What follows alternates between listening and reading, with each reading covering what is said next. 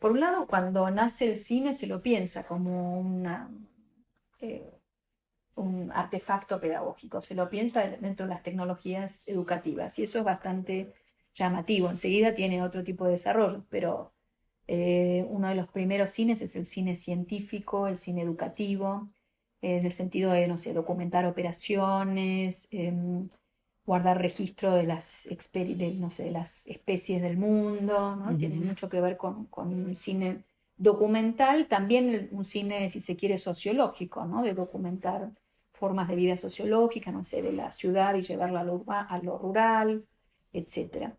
Eh, Ese vínculo inicial enseguida yo creo que es rodeado de una sospecha de la educación por sus efectos negativos, tanto por el cine comercial, digamos, hay una preocupación ahí por eh, la- los desvíos morales, la inmoralidad que puede traer el cine, Ujú. también porque tienen miedo Ideologías. de las ideologías, no, pero creo que sobre todo hay un encuadre moral y también hay otro tipo de peligros que se identifican que son más médicos y psicológicos, que uno puede leerlos también, por supuesto, en clave ideológica, Ujú. pero que yo creo que tenían su especificidad en ese momento, que era la psicología, una ciencia como, que emergía como muy legitimadora de los discursos educativos, ¿no? Me estoy Ujú. refiriendo a eso, fines del siglo XIX, principios del XX, esos años de transición, ¿no? Entonces empieza el peligro, no sé, para la vista, el peligro para la espalda, de estar tanto tiempo sentado, no sé, había Ujú. algunos estudios, pero creo que, digamos, si tengo que pensar en las fuentes que trabajé sobre ese periodo, son más las que tienen una preocupación moral y política que las que tienen una preocupación física o fisiológica, ¿no?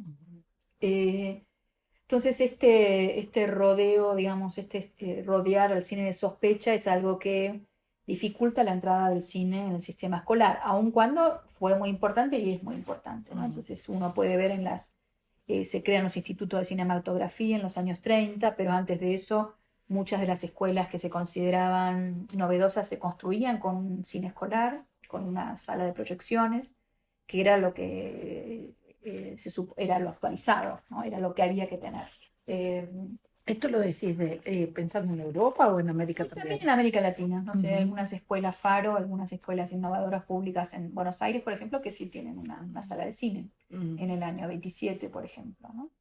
Eh, entonces, bueno, hay una expectativa, yo diría, con el cine, de que el cine va a poder traer, va a ser un instrumento educativo muy importante porque va a traer, como hoy se piensa con las simulaciones, ¿no? Un montón, no sé, no va a hacer falta salir al mundo, sino que el cine va a traer el mundo a la sala de aula, ¿no? Y este Ujú. es un aspecto que se ve como muy positivo. Creo que conviven las dos cuestiones. El cine yo creo que se va, conforme además el cine crece como industria y los propios desarrollos del cine, tiene una vida muy independiente del Estado y una vida muy independiente de las instituciones educativas del Estado.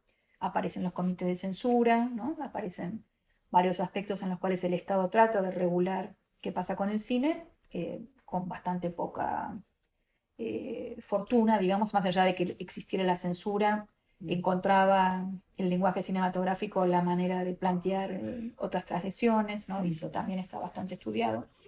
Y este cine educativo subsiste, tiene quizás una decaída y luego vuelve a salir fuerte en los años 40, 50.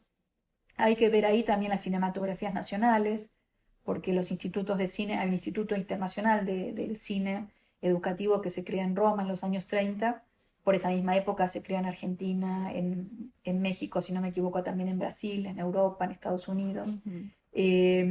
Y estos institutos de cine educativo empiezan a producir películas que serían más del tipo que llamaríamos documental, ¿no? Sí, Ujú.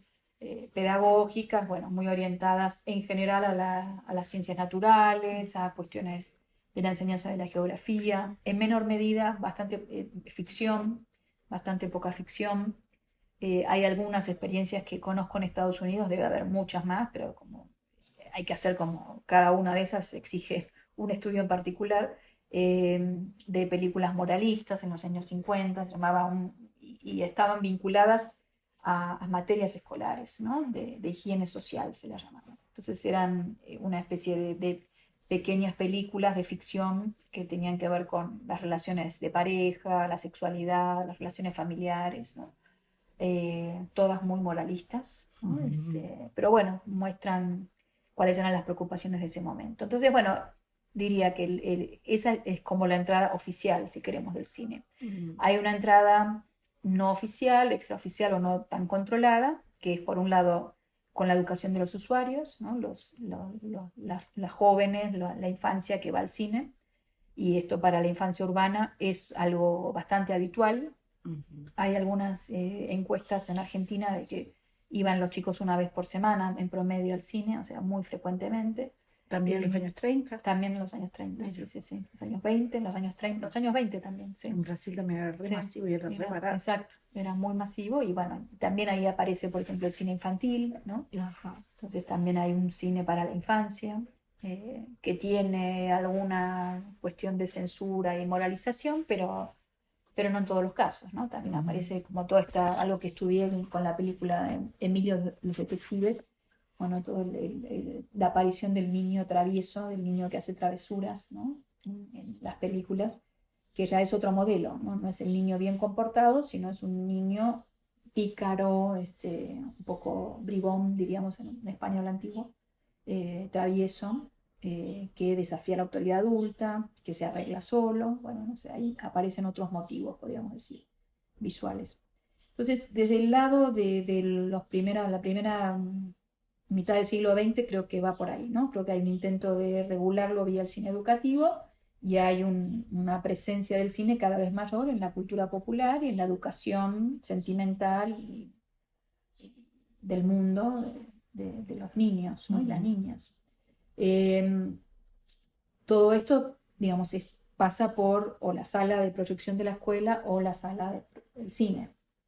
Esto cambia mucho y creo que, digamos, haciendo un fast forward, ¿no? Rápido adelantando, con la aparición del video, del cine en casa y después ahora con el cine digital, que me parece que ya son condiciones muy diferentes, ¿no? Que se ve, por un lado hay una explosión del cine, ya se puede ver un cine muy distinto, cine del mundo, eh, bueno, muchas plataformas donde se tiene acceso a muchas películas que no se muestran en exhibición, y la exhibición se mantiene más como para el espectáculo comercial, ¿no? Las películas de circuito comercial, que tiene su público, sigue teniéndolo, pero hay otros modos de consumo y de acercamiento al cine, ¿no?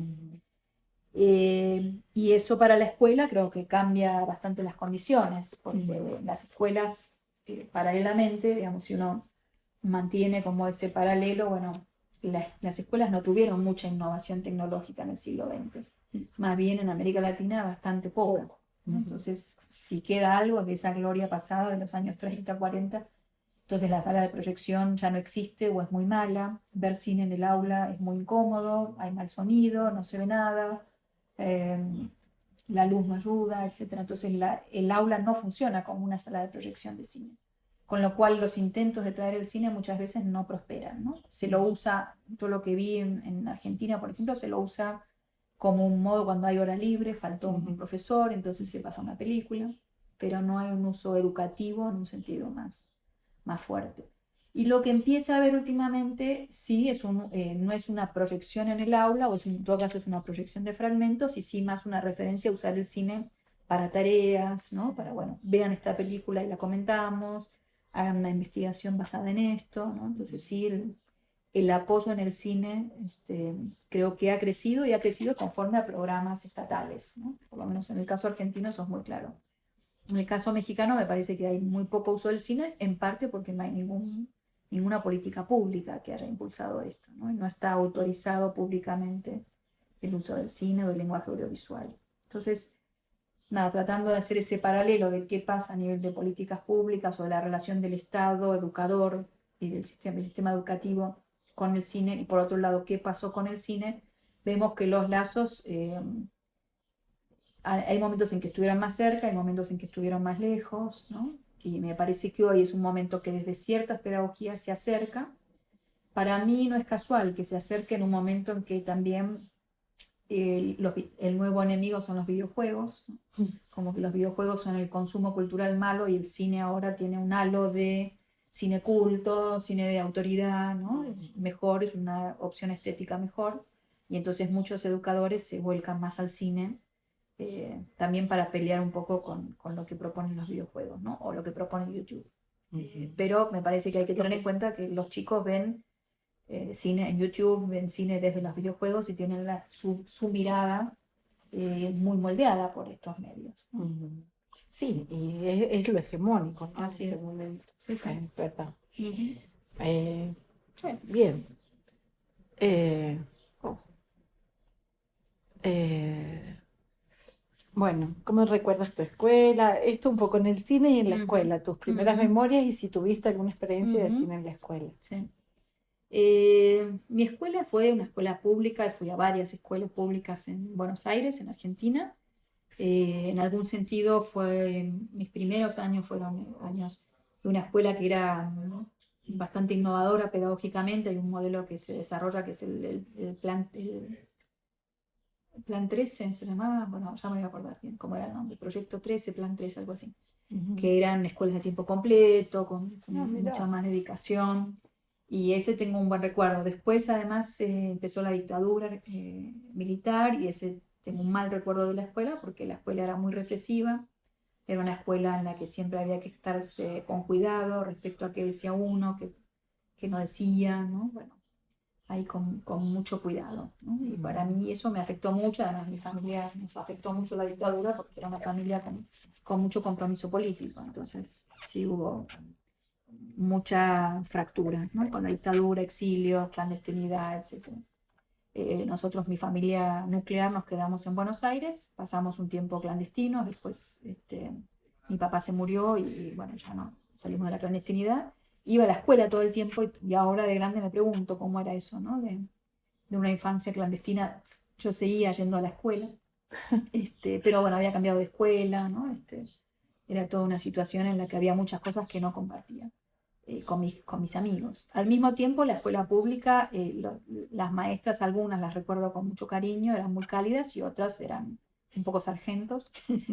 No era una escuela contenedora, no era una escuela preocupada por abrirte mundos, riqueza de experiencias culturales, creación, nada de eso, autonomía, nada de eso, era como disciplinamiento puro y duro y muy rígido, ¿no? Sí. Eh, Muy a mí me marcada gustaba por la época escribir, política. claro, no sé, escribía obras de teatro para los rituales escolares y nunca encontraba ningún eco, ¿no? Mira. Y encontré después una maestra que sí hacíamos taller de cuentos, entonces, bueno, ahí me gustaban mucho los cuentos, iba a contarle cuentos a los nenes más chicos, y esa fue una linda experiencia. Y la escuela secundaria fue parecida en ese sentido, sí, la pasé toda la dictadura y fue muy mala en un sentido muy pobre culturalmente, muy represiva, pero de nuevo me hice buenos amigos, algunos de los cuales tengo hasta hoy, y aprendimos, no sé, hacíamos una revista estudiantil y bueno, aprendíamos a luchar por algunas cosas, ¿no? Siempre tenía mucho vínculo con eso. Entonces tengo de ese sabor, recuerdos quizás agridulces, ¿no? Una parte que sí disfruté, que fue ese vínculo con los amigos, y otra parte con algunas maestras, y otra parte que no disfruté, que era un ambiente muy opresivo, pero era el ambiente que se vivía en Argentina y no estaba exento de eso, ¿no? La La escuela escuela no era algo no era diferente. algo diferente, no lograba suspenderse de su contexto, ni mucho menos. Y el cine siempre era un escape, ¿no? Entonces creo que el cine sí era un poco de aire fresco. Había una, una sala de cine soviético en ese momento, cinearte, se llamaba Cosmos 70 en la ciudad de Buenos Aires, y yo iba mucho a ese cine, me llevaban mis papás. Pero no solamente veíamos ese cine, y me acuerdo de algunas películas así como europeas, infantiles, ¿no? Que me gustaban mucho.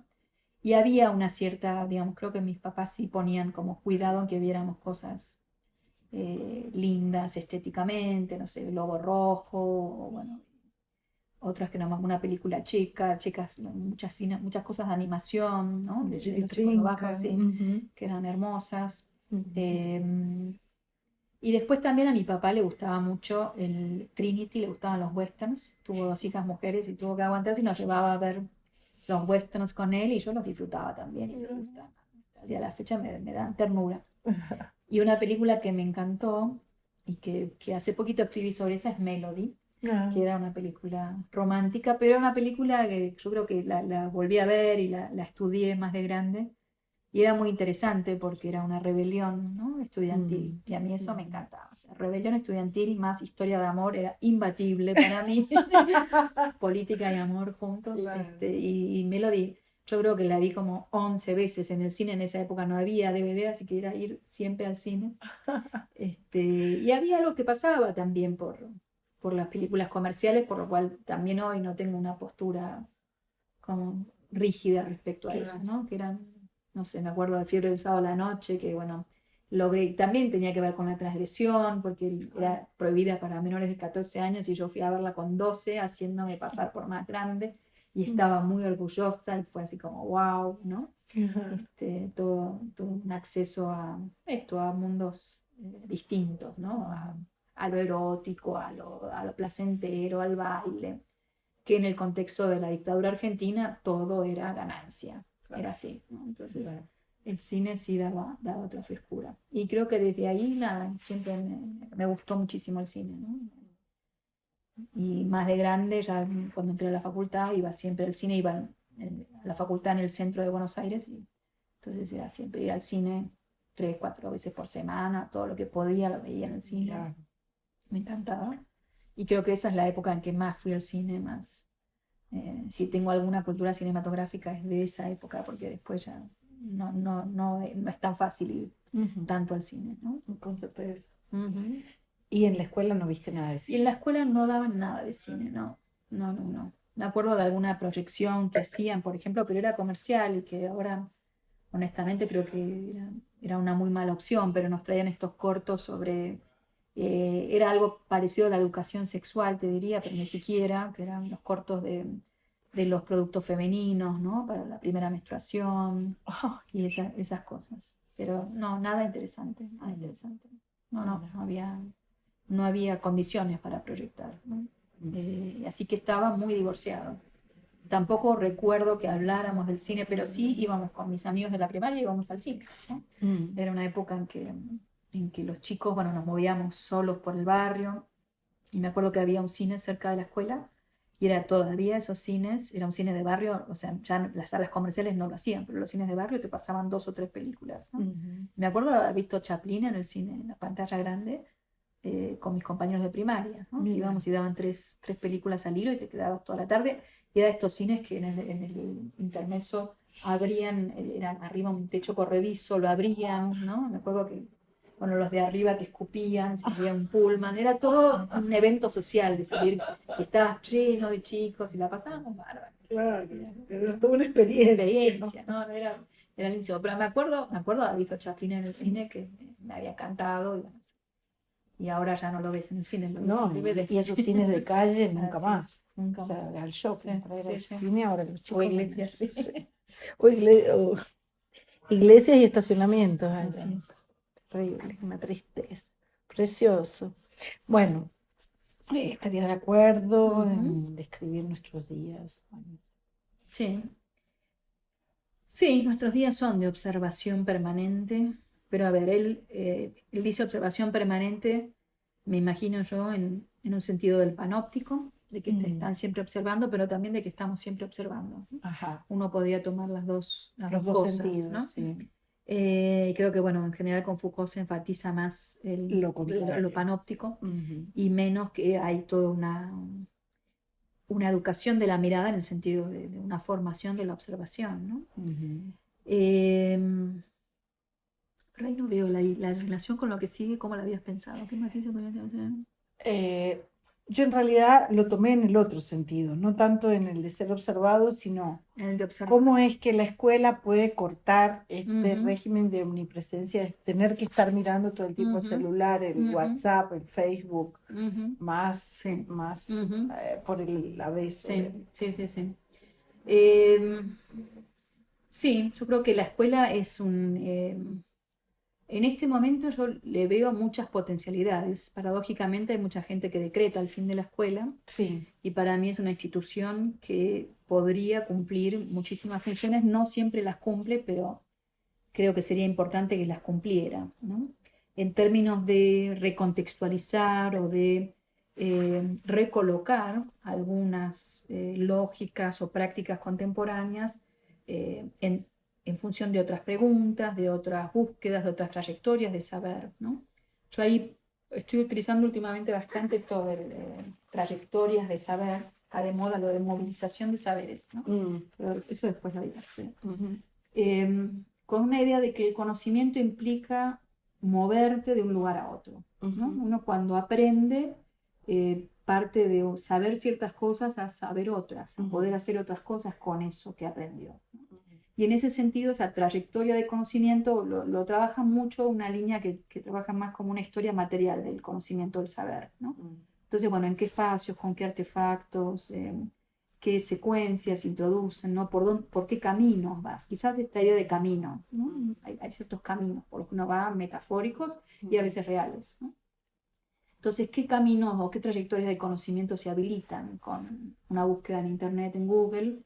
¿Y qué trayectorias de conocimiento se habilitan con el cine? ¿No? Entonces, bueno, ¿qué te trae uno, que te produce, que te invita a pensar? De nuevo, no es solamente en la búsqueda en Internet sola, ni el cine solo, ¿no? Sino es el cine, de nuevo, un dispositivo de lo sensible, como dice Rancière. Bueno, hay un vinculado a ciertas preguntas, a ciertos lenguajes, cierto cine y no otro, ¿no? Hay cine que no te invita a mucho trayecto, mucho viaje. ¿No? Claro, hay otros que te invitan a viajar, ¿no? Y que te dejan pensando y que te dejan sintiendo y que, ¿no? Te acompaña un rato y hiciste otra cosa y te hizo ver el mundo de otra manera, ¿no?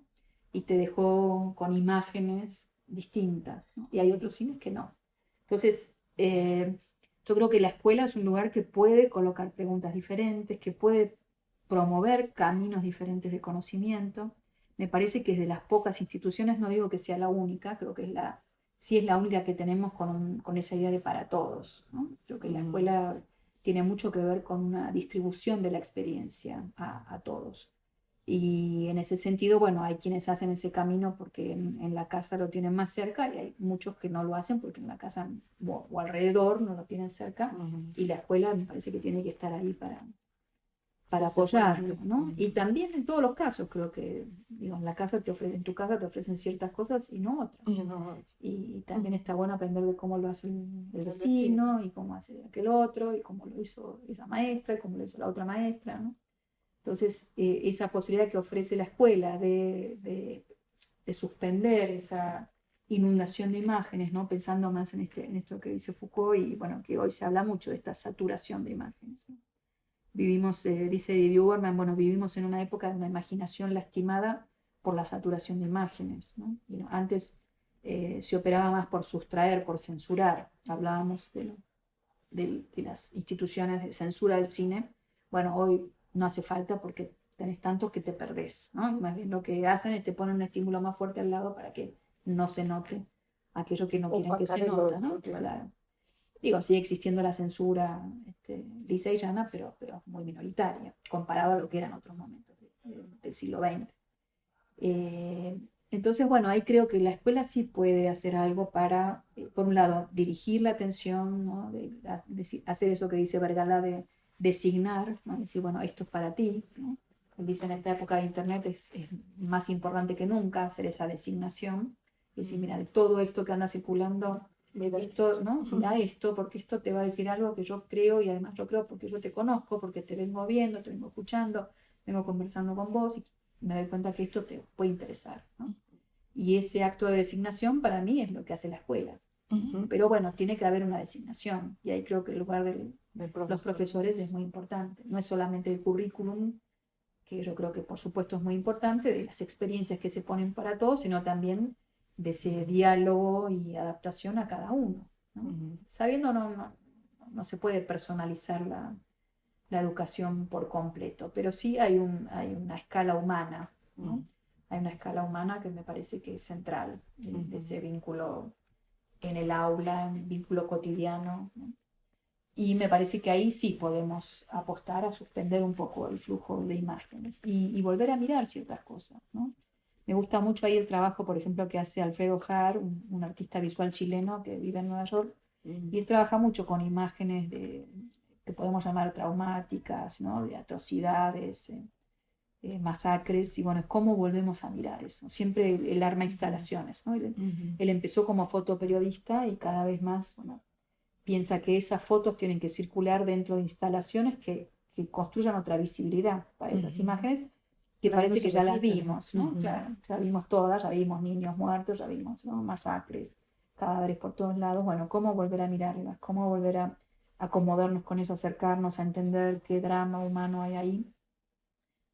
El arte es una manera, pero yo creo que la escuela es una manera mucho más cotidiana y mucho más democrática, ¿no? De acercar esta experiencia a todos y volver a en eso. Yo hablo de educar la mirada en ese sentido, ¿no? Bueno, ayudar a ver de otra manera y sí, y otras cosas.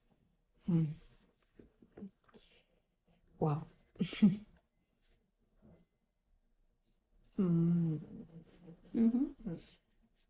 Sí. Las escenas de instrucción. Bueno, a riesgo de que después podemos seguir corrigiéndola después de la sesión de mañana. ¿Por qué me interesa? Bueno, por un lado está el año pasado, bueno, en los últimos años trabajé con una actriz, una estudiante mía que es actriz, entonces me obligó, entre comillas, a meterme con el teatro, con la pedagogía teatral y a leer más de teatro. Y me interesó muchísimo, también como otro lenguaje, como otra posibilidad, ¿no? de representar la experiencia, de ponerla en común. Encontramos mucho diálogo también con la escuela, ¿no? Más allá de la metáfora de la performance, ¿no? Que también son metáforas bastante de moda. Y una de las cosas que leímos que me interesó mucho era este texto de Rancière de El método de la escena, que él habla del teatro, pero no solo del teatro, ¿no? Como un método heurístico, como un método eh, político epistémico, podemos decir, de conocimiento, ¿no? Y una de las cosas que al principio él plantea es un debate con Foucault respecto a la noción de dispositivo versus la noción de escena. Él dice, bueno, el dispositivo fue muy importante para entender como la politicidad, ¿no? de muchas configuraciones institucionales. Al mismo tiempo también planteó una lectura un poco estática, ¿no? Que las cosas están dispuestas de una vez, un poco la lectura más conocida de Vigilar y Castigar, ¿no? La escuela es un aparato de disciplinamiento, más la visión aparatística, digamos, ¿no? Del dispositivo. Y lo que él dice, bueno, es que la escena permite abrir lo impredecible, lo imprevisto, lo que no sabemos cómo va a suceder, ¿no? Poner las cosas en movimiento. Y esta idea me gusta mucho, me parece que también recoge otra preocupación mía que está en diálogo con los antropólogos, ¿no? Bueno, cómo damos cuenta de eso que sucede en las escuelas, que no es nunca exactamente igual, ¿no? Y que siempre hay una marca singular, ¿no? Y bueno, también de una filosofía de la singularidad, Levinas, bueno, Carlos Escliar, muchos otros, ¿no? Colegas y amigos, de poder pensar lo singular en el encuentro pedagógico. Entonces la idea de escena me parece que permite, le da más lugar a lo singular, ¿no? El uso que hace Vina Dash de escenas de instrucción es interesante porque ella lo trae a la vida cotidiana, no lo está pensando desde la escuela, está pensando más en cómo los chicos de villas miseria o de favelas en la India aprenden a negociar con el Estado, aprenden, por ejemplo, que tienen que callarse ciertas cosas, fingir ignorancia, y eso es un aprendizaje político, dice ella, ¿no? El aprendizaje del silencio y de la mentira como un aprendizaje político, porque en su comunidad esa es la manera de acceder a ciertos bienes que el puntero, el caudillo del barrio va a poder darle si, ¿no? O el personaje, el representante del Estado va a darle si arman, ¿no? Una historia que compagine con el recipiente, digamos, el recibidor del favor, ¿no? Entonces, todas estas son pequeñas escenas de instrucción en las que los chicos van aprendiendo un modo de participar de la sociedad, un modo de ser político. Ese modo de ser político no es el argumentativo de Habermas, es otra cosa, ¿no? Y me gusta mucho también como Vinadas dice, no podemos pensar en la política desde la argumentación habermasiana, no se da así en muchos lados. No es un diálogo en el cual se negocian, ¿no? No. Derechos y responsabilidades, no, digamos, no sé, la Villa Miseria de Mumbai pasa por otro lado, en América Latina claramente también, ¿no? Es bastante parecido, ¿no? Los aprendizajes de sectores populares. Y me gusta que ella llame a eso escenas de instrucción, ¿no? Como escenas en las que se despliegan saberes, en las que se apropian de saberes respecto al mundo, respecto al lenguaje, respecto a su identidad, su posición, ¿no? En ese lugar. Desde ahí, no sé si es un concepto enteramente novedoso, me parece que nosotros veníamos hablando de esto, de otras maneras, pero me gusta esa vuelta que ella le da de poder poner, visibilizar un montón de escenas educativas que ocurren en la vida cotidiana. ¿Cómo llevar esto más cerca de la escuela? Yo lo tomaría ahí más del lado ranceriano, de bueno, de escenas que aunque haya un guión, son siempre impredecibles, ¿no? Y bueno, un poco abren en direcciones distintas a las previstas. Entonces uno puede decir, bueno, hay una poniéndonos Foucaultianos, y no Foucaultianos necesariamente, sino esta vulgata Foucaultiana de, bueno, la escuela disciplina, etcétera, sí, puede haber una estrategia de disciplinamiento, pero también ocurren otras cosas, ¿no? Me parece que esas cosas que ocurren en la escuela son las que son más interesantes. ¿Qué aprenden los chicos en la escuela, ¿no? En un sentido profundo, político, de vínculo con el lenguaje, de vínculo con el saber. A mí no me interesa tanto la pregunta de qué aprenden desde PISA, me interesa más de, bueno, qué cosas aprenden sobre sí mismos, sobre su lugar en el mundo, sobre su relación con el lenguaje, sobre qué pueden, ¿no? De lo pensable, lo decible. Y lo aprenden, digo, hay muchas escenas de instrucción que no pasan por el currículum prescripto, ¿no? Un espacio que me interesa mucho son los baños en las escuelas. Y tiene que ver, son escenas de instrucción, ¿no? Son muchas veces escenas de instrucción entre pares. Bueno, es el lugar de la transgresión, el lugar del secreto, de la intimidad, es un lugar donde más claramente hay una negociación de lo íntimo y lo público en la escuela, ¿no? Entonces hicimos un trabajito chiquito sobre la arquitectura de los baños, la historia arquitectónica de los baños, pero tiene muchas entradas, porque podés ponerte desde la literatura, desde las memorias, ¿no? Bueno, qué cosas pasaban en los baños, desde el cine, ¿no? Escenas de los baños. Que no conozco tantas, pero vamos a buscar y vamos a encontrar seguramente. ¿Viste aquella película de Benjamín? Ay, ahora no me acuerdo el apellido del argentino que cuenta su historia en la dictadura que pasa Sí, en el baño. Destino. Sí. Sí. Así es. Y una cosa que tal vez dijiste en el abecedario, y ahora si quisieras, por ahí sería interesante, es por ahí comparar un cachito la expresión dispositivo con, o sea, lo que gana este nuevo concepto en relación a dispositivo. Sí, el dispositivo aparece como más estático, ¿no? Como algo que fija posiciones, que dispone una escena, pero parece que tiene mucha eficacia en disponer la escena y que ahí queda. En cambio, la escena, para mí, si uno lo toma teatralmente, bueno, un director dispone una escena, pero después los actores la tienen que actuar, ¿no? Y la actúan siempre distinto cada noche. Claro. Ante cada público, cada tarde cuando actúan. Pero, digamos, eso me parece que es fascinante. También me gusta porque le da un lugar al guión. Sí, hay un script, hay algo ahí que organiza, ¿no? Y uno podría tomar ese guión, digamos, ¿no? Como la planificación. Claro, exacto, la planificación, el currículum, ¿no? O, bueno, una institución que organiza un cierto guión. Pero después los sujetos lo viven, lo actúan de manera distinta, lo viven de manera distinta y produce cosas distintas en cada uno, ¿no? Lo customizan prácticamente. Claro, sí. Sí, bueno, eso, que es lo singular al final, digamos, por lo menos hasta ahora, no sé, digamos, por ahí después hablamos un poco más. Hay algunas tendencias ahora a automatizarnos cada vez más, ¿no? Pero por ahora creo que sí hay algo singular que no se pierda. Que todavía no se ha reducido, pasteurizado. Ok. Más tu experiencia. De políticas y pedagogía del cine y la educación como investigadora. Sí. Bueno, como docente trabajé en la formación docente en pedagogías de la imagen bastantes años, desde cursos virtuales, cursos presenciales, y siempre fueron experiencias muy interesantes.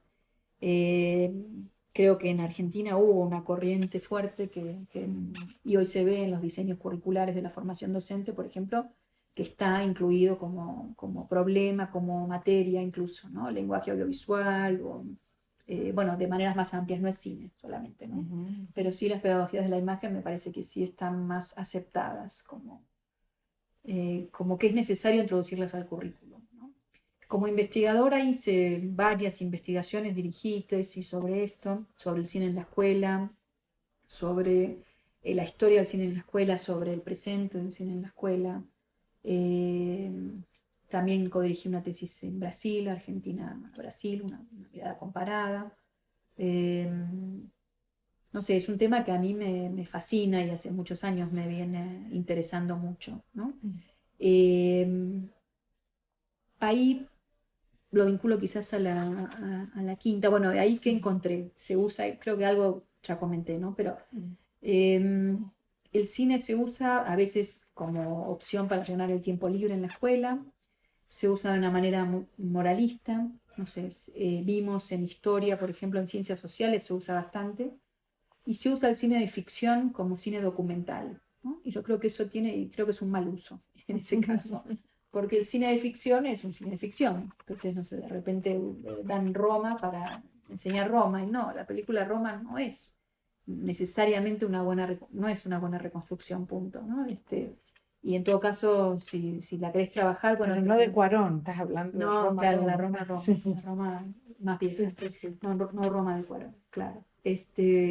O Gladiador, sí, no sé, Sí, sí, sí. o series, ¿no? Actuales, pero hay poca reflexión porque creo que ahí hay un problema de formación fuerte, ¿no? No se la trabaja porque no se conoce que el lenguaje cinematográfico tiene su especificidad, que el cine tiene su historia, ¿no? Que tiene su manera de contar las cosas, que una cosa es el documental y otra cosa es el cine de ficción, y el documental también es una ficción, uno podría decir, o es un relato arbitrario de quien lo arma, pero tiene otra promesa de verosimilitud y otro compromiso con retratar algo de lo real que el de ficción no tiene ninguno, ¿no? No tiene por qué tener tampoco. Entonces ahí ese tipo de confusiones yo creo que son muy habituales y que muestran la falta de formación muchas veces, que es un problema del sistema, no lo culpo a los docentes, ¿no? Es un problema de la formación que han recibido o de la que no reciben hoy, ¿no? Y encontré otros casos que son muy interesantes. Hay algunos docentes muy interesantes que hacen un uso, digamos, docentes en general cinéfilos. Aquí la tesis de Ariel Benazayac, yo voy aprendiendo mucho con él. Bueno, los docentes que en general traen cosas nuevas son docentes cinéfilos, son docentes que aman el cine, que conocen de cine, que seleccionan mucho qué traen, ¿no? Para trabajar, que buscan películas menos habituales o nada, que las traen con una pregunta y una preocupación como muy clara y las hacen funcionar bien. Y yo creo que esos son ejemplos buenísimos, ¿no? De uso. Después hubo en Argentina varios programas, yo creo que casi en un lapso de 20 años hubo muchos programas estatales, tanto de poner películas a disposición en las escuelas como de promover la formación en cine, llevar a los chicos al cine, digo, no sé, hubo experiencias diversas, ¿no? Cine y memoria, un tema en el que se usa mucho el cine es en la enseñanza de la historia reciente en Argentina. Eso es interesante, ¿no? Porque también hay muy buen cine al respecto, pero bueno, también hay como cierta confusión respecto a un cine de ficción, cómo lo traigo, para qué lo traigo, ¿no? Bueno, muchas veces lo usa más como impacto emocional, pero después qué proceso, qué camino de conocimiento propongo respecto al cine. Porque el cine en la escuela me parece a mí que también lo traemos porque nos interesa producir algo. Producir algo no quiere decir que escriban una redacción, que hagan una investigación. Producir algo quiere decir, no sé, que hagan algún aprendizaje, no sé, ético, en alguna materia, disciplinar, ¿no? Estético en relación al lenguaje del cine, pero bueno, lo traigo para algo de todo eso. Y muchas veces se los trae con mucha confusión de qué quieren, ¿no? ¿Qué quieren lograr? Te hago una pregunta, Sí. porque por lo que decís, quiero solamente eh, tu resistencia al cine de ficción, me imagino en las clases de historia o de sociología fundamentalmente, tiene que ver con el encaminamiento que eso se da, o te parece que no es No, interesante es con el pasar encaminamiento. cine Sí. de ficción? No, me Porque, parece que es interesante. por ejemplo, Elefante es un cine Ujú, de ficción de lo mismo que es Tiros en Columbine, y yo prefiero ujú, pasar Elefante. ujú, Tiros en Columbine me ujú, parece un tiro ujú.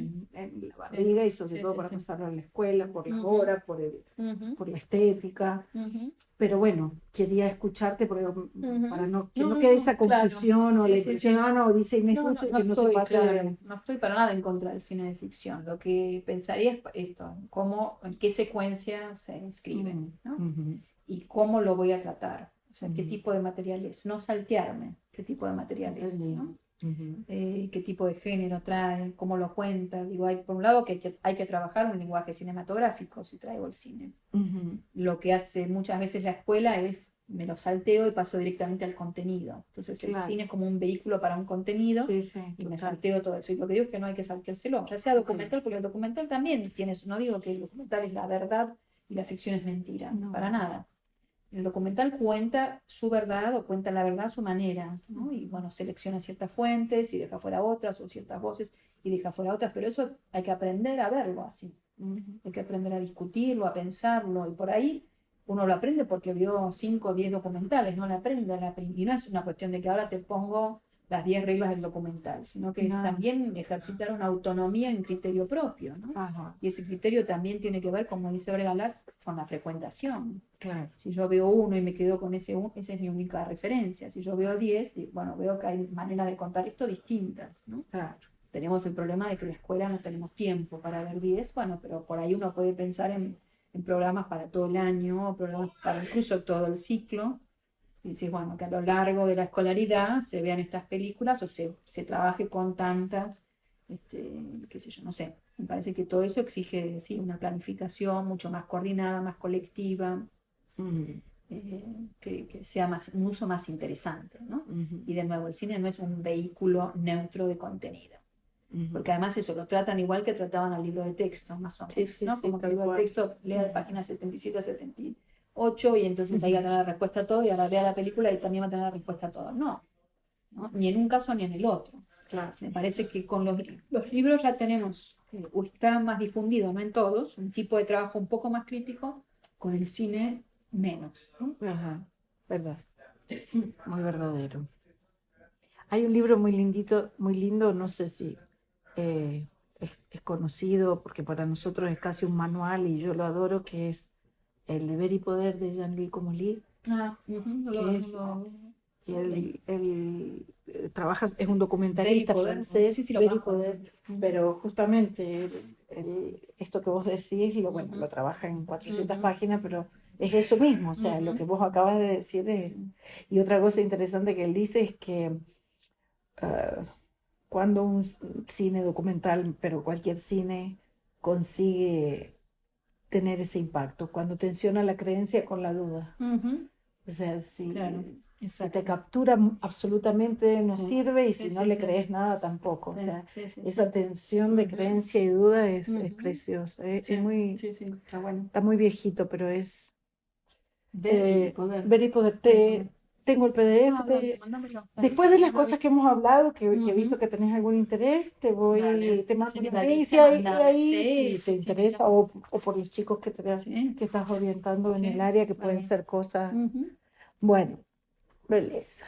Entonces, no sé si vas a avanzar en el 5 para hablar un Sí, cachito de sí, dale. Inglaterra y Australia. Eh, de los, de los países que conozco, creo que hay dos o tres, diría, ¿no? Pero Inglaterra, Francia y Australia, que me parece que tienen una propuesta más interesante de formación vinculada al cine y no solo al cine. Empiezo por Francia, bueno, por un lado tiene el programa que ya conocemos, que es extracurricular, pero a nivel curricular, por ejemplo, un cambio que hicieron reciente, ellos colocaron historia del arte, ¿no? Como materia, entonces ahí ves, no sé, las artes también tienen una importancia en el currículum bastante fuerte, artes visuales, historia del arte, no sé, historia de los lenguajes, no sé, tienen una entrada por la línea de discutir las representaciones del mundo, ¿no? Entonces sí acercarse más a los lenguajes, ¿no? Con los que se Ujú, habla del mundo y lo audiovisual como un lenguaje con el ujú, que se habla del mundo, que me parece muy interesante.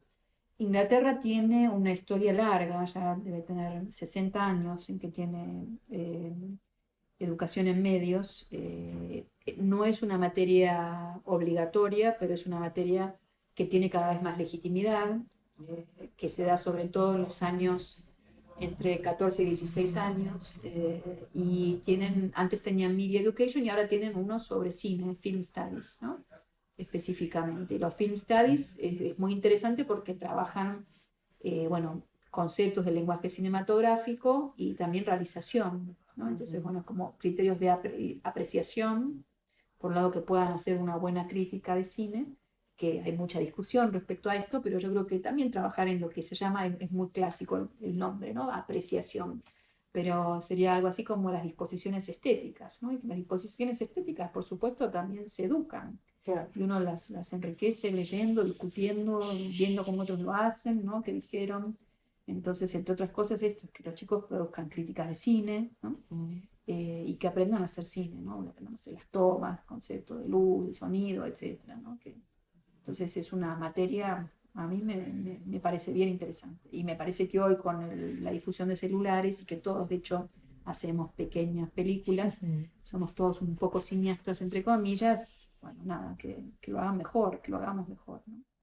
Y en el caso australiano también tienen una materia pero ellos tienen desde el nivel, digamos, la creche, no la creche, el kinder, no sé cómo se llama. Sí, creche, nivel es la inicial, guardería, educación inicial, infantil, nivel inicial, educación infantil.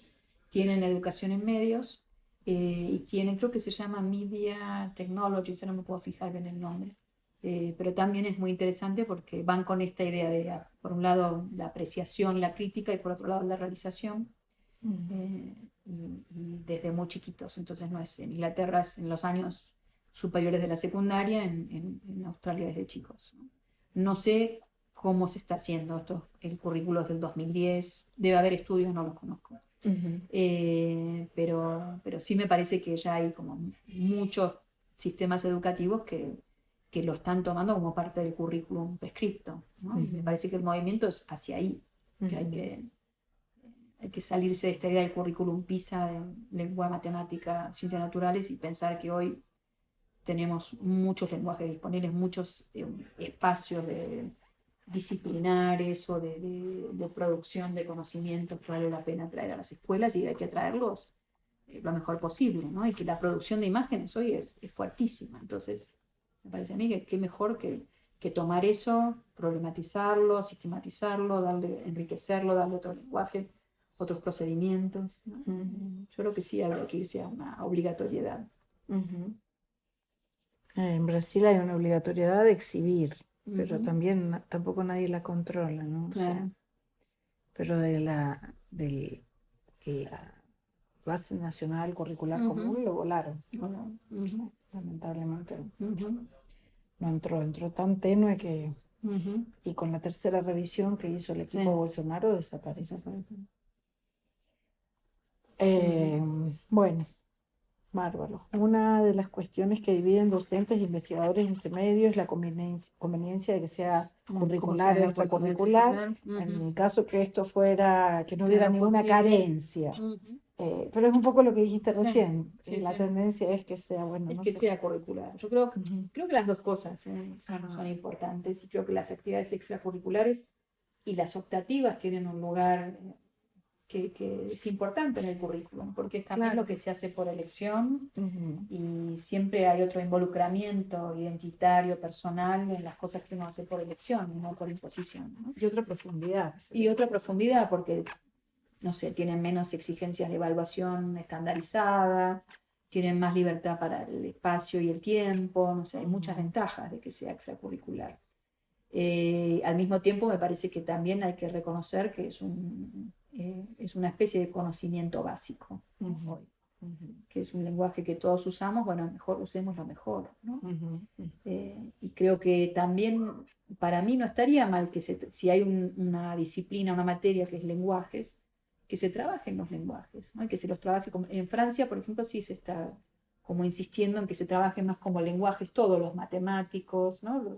El científico, el histórico, el lenguaje lingüístico, digamos, verbal, pero bueno, nada, me parece a mí que ahí yo le veo, me parece que tiene que entrar en todas las materias, ¿no? Tiene que entrar como contenido, si se quiere, transversal, no sé, si enseño historia, perdón, y uso el cine, tengo que saber más de cómo usar el cine, ¿no? Y este tipo, muchas más encaminamientos, ¿no? Secuencias, bueno, en qué secuencias es más productivo, cómo, y por supuesto además, esto hay que definirlo en cada grupo, en cada área, ¿no? No es que hay una receta universal, pero bueno, sí hay algunos criterios que sí tenemos más en claro que otros, ¿no? Entonces, aunque no sean una receta, bueno, digo, si lo traes sin ton ni son, sin ninguna propuesta, no va a producir mucho, ¿no? Se va a caer. Entonces, eso ya lo sabemos, eso no lo hagas.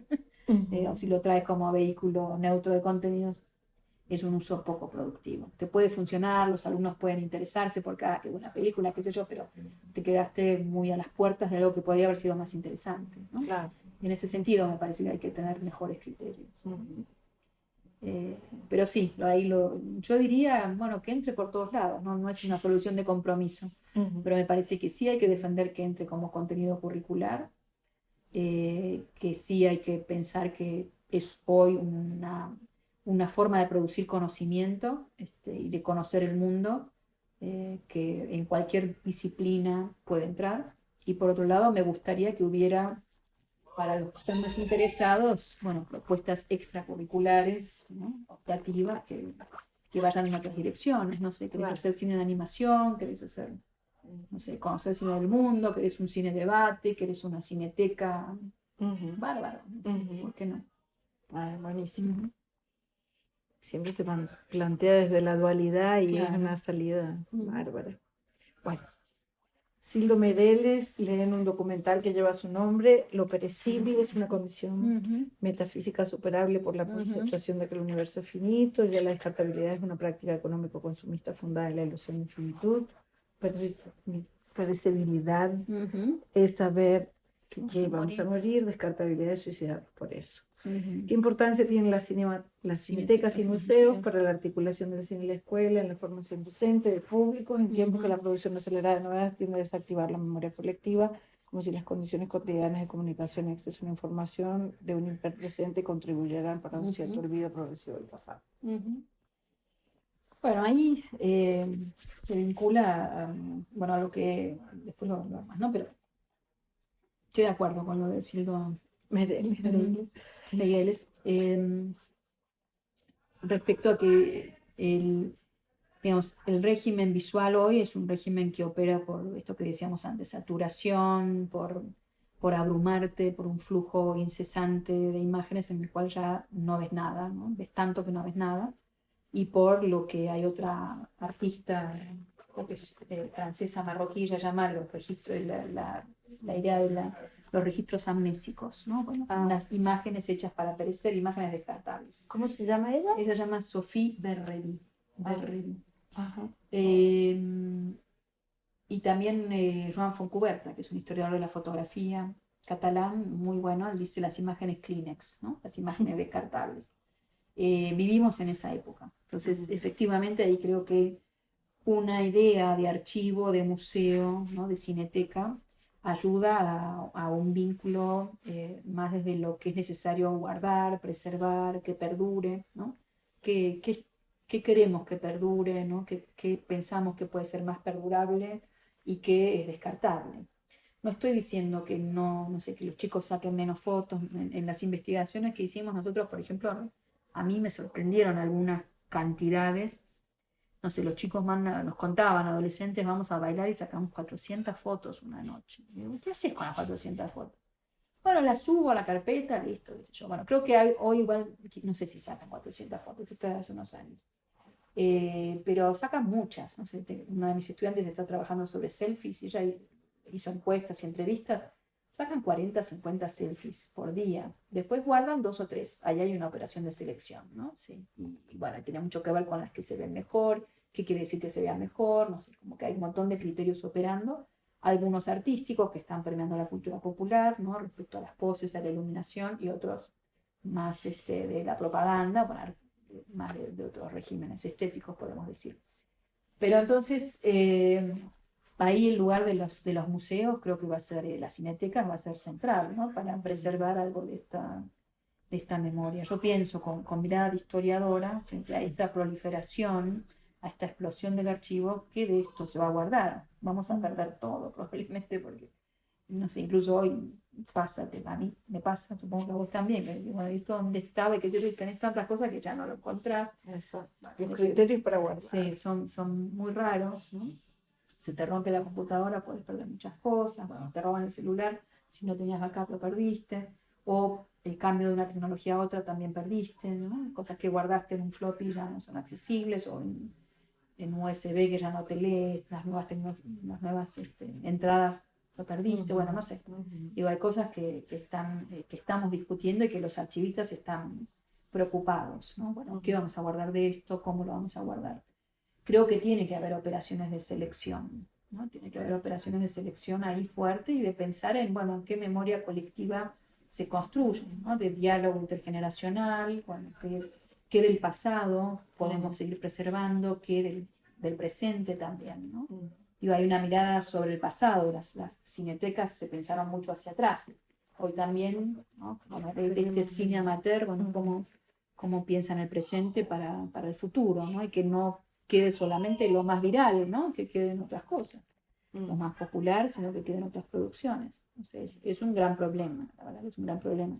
Conozco el trabajo de gente que trata de hacer una curaduría de YouTube y es imposible porque es un volumen que ya excede a cualquier capacidad humana de procesar eso, ¿no? Entonces, tenés tantas cosas que, qué sé yo, ¿no? Que guardás, que no guardás, ¿no? No es cierto que se guarde todo, se borra, se baja. Entonces, creo que se plantean muchas dudas. Y hay ahí trabajo muy interesante de algunos archivistas, conozco más bien los europeos, ¿no? Que tienen más plata y tienen instituciones de archivos nacionales más interesantes, ¿no? Que están trabajando en eso. Pero son preguntas abiertas respecto a cómo vamos a guardar el presente. Perfecto. Ya estamos cerca del fin. Quedan ¿Vos 3. estás bien? Yo sí, Bueno. no, pero el ejercicio intelectual tuyo va a mitad de una semana. Bueno, en una de tus publicaciones te preguntas qué es una buena escuela y en su epígrafe citas a un autor que afirma que esto no es una utopía. Más recientemente escribías sobre la precariedad de la escuela y afirmabas que elogiar esa precariedad significa apreciar la escuela, cuidarla, expandirla, para que no se estabilice ni en lo efímero ni en lo descartable, sino como una condición vital que está siempre al límite de su destrucción, pero también en movimiento, abierto y capaz de presentar el mundo y de crear nuevos montajes, imaginando otros futuros. ¿Dónde y en qué medida se hace eso posible hoy? Se hace posible de una buena escuela y en qué... Se entiende. ¿En qué medida no? También ¿En qué cine medida podría dos contribuir a veces? eso. Bueno, dale. Sí. Bien. Bueno, qué sé yo,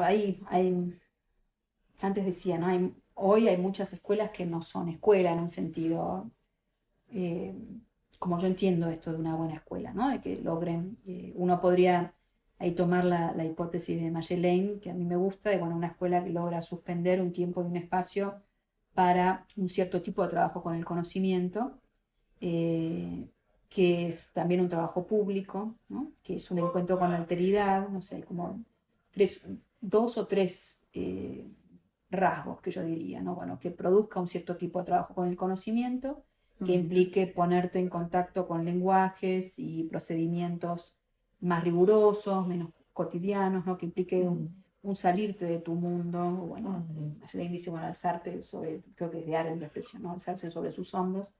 Nada, esto que decíamos, el movimiento también, ¿no? Como qué movimiento te permite hacer en términos de conocer, cuán lejos, cuán cerca pudiste ir respecto a dónde partiste, ¿no? ¿Te propuso algo, no te propuso nada? Creo que esa es una buena escuela en la que te propone un movimiento, te pone mucho exacto, un dislocamiento, una exposición, en el sentido de que sal ex de una posición, no salgo de mi posición. Por otro lado, está también el tema del trabajo de lo común, de lo público. Una buena escuela es la que se preocupa por un para todos y también por un entre todos, ¿no? Que construimos entre todos, que como este entre todos hay lugar para cada uno. Y eso, bueno, y en ese sentido es un encuentro con la alteridad, ¿no? con otros lenguajes, con otros mundos, con la experiencia del vecino que no es la mía, ¿no? Con una convivencia un poco obligada, pero que me lleva en otra dirección, ¿no? Y que me hace ver que, bueno, después de 5 años de conocerte, sí hay cosas que no me gustan y hay cosas que me gustan, como en todos lados. Entonces creo que esa es una buena escuela. Creo que las escuelas algo de todo eso logran, algunas, no todas, digo, ¿no? Pero muchas, yo creo que diría, no logran todo eso, pero algo, algunas que están más orientadas a la convivencia, otras que están más orientadas a lo académico. Pero lo académico, de nuevo, no es solo o sea, lo que yo dije antes de ponerte en contacto con otros lenguajes y procedimientos más rigurosos, no es solamente lo académico, ¿no? O no es una visión academicista. Pasa por las disciplinas escolares, pero pasa también por fuera de las disciplinas escolares. Y puede haber disciplinas escolares y puede no pasar nada de eso, ¿no? Entonces, creo que más bien tenemos que preocuparnos porque sucedan esas cosas en la escuela. ¿En qué medida el cine contribuye? Bueno, creo que el cine, eso que hay que traerlo de ese modo también, ¿no? Hay que traerlo en ciertas secuencias, en ciertas formas de trabajo. Digo, me parece que el cine puede contribuir para eso porque trae distancia, porque trae la alteridad, ¿no? Pero de nuevo no es una garantía. Puede haber cine y puede no pasar nada de eso. Exacto. Entonces, eso es algo que...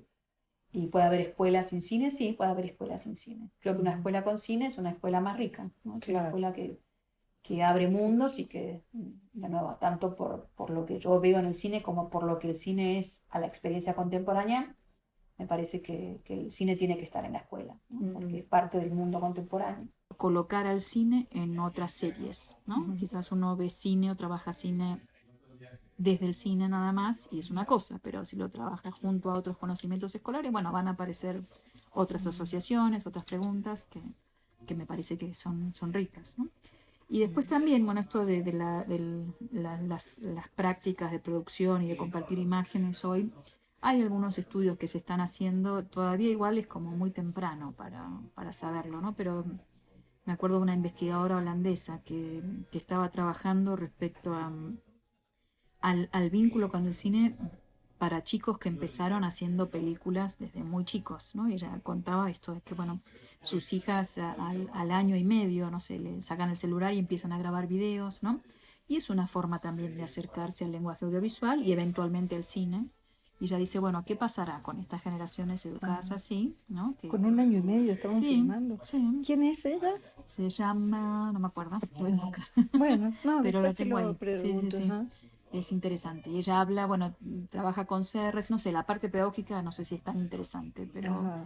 su reflexión más desde la historia del cine y los estudios del cine es, bueno, como no sabemos qué tipo de espectadores van a ser, porque su vínculo ya con la producción es muy distinto, más allá de que no hay en todos los casos una conceptualización, pero también ella venía como observando cómo iban cambiando, ¿no? En su manera de filmar conforme van creciendo y también porque ven cine, televisión, ¿no? Y van teniendo, si se quiere, una educación estética, ¿no? Claro. Bueno, imagínate eso potenciado por una educación más sistemática y pensada, ¿no? Y seleccionada con otros productos. Me parece que podía darse saltos muy interesantes. Entonces sí, yo le veo mucha potencialidad a ese trabajo de la escuela, ¿no? Pero bueno, eso, en diálogo con otros saberes. Con otros saberes. Bueno, para mí, en parte, digamos, retomando las cosas que ya dije, me parece que esto, ¿no? Que hay que pensar en qué series uno lo coloca, con qué preguntas lo trae, ¿no? Me parece que puede ser una historia del cine o puede ser el cine para estudiar historia, ¿no? Pero bueno, ahí eso, hay que pensar qué cine para estudiar historia. Y cómo no nos perdemos de vista ni la historia ni el cine, ¿no? Las dos cosas. Claro, Una que no especificidad, desaparezca. claro, que no desaparezca una discusión más historiográfica y que no desaparezca también una consideración del lenguaje cinematográfico o de la experiencia del cine, ¿no? En los dos casos. No sé, digamos, habría varios criterios. Por un lado, tener en claro para qué uno lo trae, tener ahí colocarlo con buenas preguntas. Me parece que no es simplemente vean, ¿no? Y que sienten, les gustó o no les gustó, porque también a veces la pedagogía del cine en la escuela se agota en eso, ¿no? ¿Les gustó? ¿Qué les pareció? ¿Qué sintieron? ¿No? Bueno, no es solo eso, ¿no? Y en eso, ese criterio de, bueno, generar otros criterios de apreciación, me parece interesante. Puede tener una deriva academicista, entonces hay que leerse, no sé, a los críticos de cine y hablar como los críticos de cine, que no estaría mal aprender algo de eso, ya que estamos, aprendamos un poco, ya que vamos a hablar de cine, bueno, veamos cómo habla la gente que estudió esto, la gente que sabe del tema, no porque todos vayamos a hacerlo, pero seguro que nos va a dar otras miradas. Pero por otro lado también, ¿no? Como tener otros recursos críticos de mirada y de apreciación. Armar series quizás, no sé, por géneros históricos, ¿no? Para mí también hay una serie histórica siempre ayuda. El cine trae un tiempo distinto, ¿no? Un tiempo otro y otros modos de contar. A veces no es necesariamente cronológico, sino que uno puede encontrar, ¿no? Gente que cuenta distinto en el mismo momento, pero bueno, eso también ayuda. A ver, bueno, no es que hay un cine de los años 30, hay un cine de los años 30, pero hay también algunos que se zafan ¿no? de esa temporalidad y plantean y están o más adelante o en diálogo con otras cosas. Exacto. Y también puede ser la experiencia de traer cine del mundo, ¿no? Cómo se miraban ciertos fenómenos en distintas épocas, en distintos lugares. No sé, se me ocurre que hay muchas posibilidades. Pero bueno, por ahí el criterio tendría que ser este que decía antes, bueno, de que sea una experiencia de encuentro con la alteridad, de que proponga un enriquecimiento de los lenguajes, ¿no? Y los procedimientos, no sé, los modos en que pienso el mundo, en que siento el mundo, que sea una experiencia también de puesta en común, que aprenda de otras perspectivas, ¿no? Y me parece que ahí también vale la pena que la escuela seleccione, ¿no? Digo, no se vaya solamente por la película más conocida y la que a todos les gusta, sino también con alguna menos conocida, pero que también les puede gustar si la conocen, ¿no? Y entonces hacer ese trabajo. Bueno, maravilloso.